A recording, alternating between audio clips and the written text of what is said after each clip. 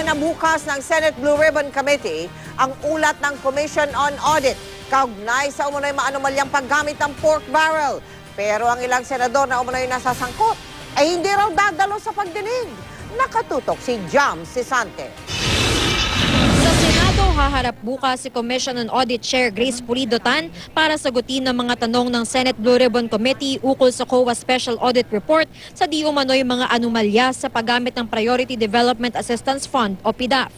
Pero ang ilang senador na inaakusahang naglaan ng PDAF o pork barrel fund sa mga peking organisasyon, hindi raw dadalo sa pagdinig bukas. Kasama sa mga hindi dadalo si Senador Bong Revilla. Bukod sa tingin niya yun ang tamang gawin, hindi din naman daw siya miyembro ng Blue Ribbon Committee. Gayunman, sinusuportahan daw niya ang pagdinig at iba pang investigasyon sa issue. Naniniwala daw si Revilla na lalabas ang katotohanan sa patas na pagsusuri sa kontrobersya. Sina Senate Minority Floor Leader Juan Ponce Enrile at Senador Gringo Honasa na kapwa miyembro ng komite mag-i-inhibit daw sa pagdinig. Pero handa silang sumagot kung ipatawag sila.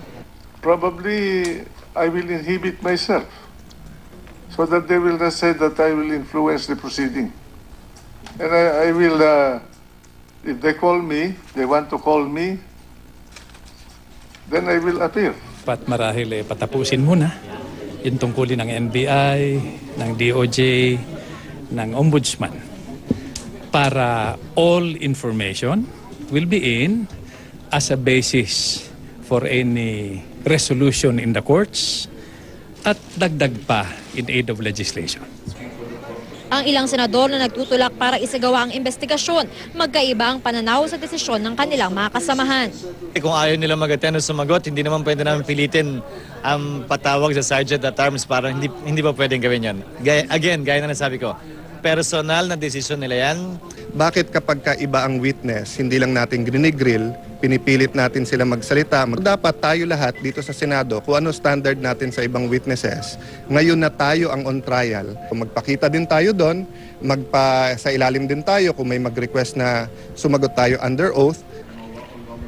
Umaasa daw ang minority bloc sa patas na investigasyon sa Senado man o sa ibang ahensya, lalo't tila panay mga hindi kaalyado ni Pangulong Noynoy Aquino ang dinadawit sa kontrobersya.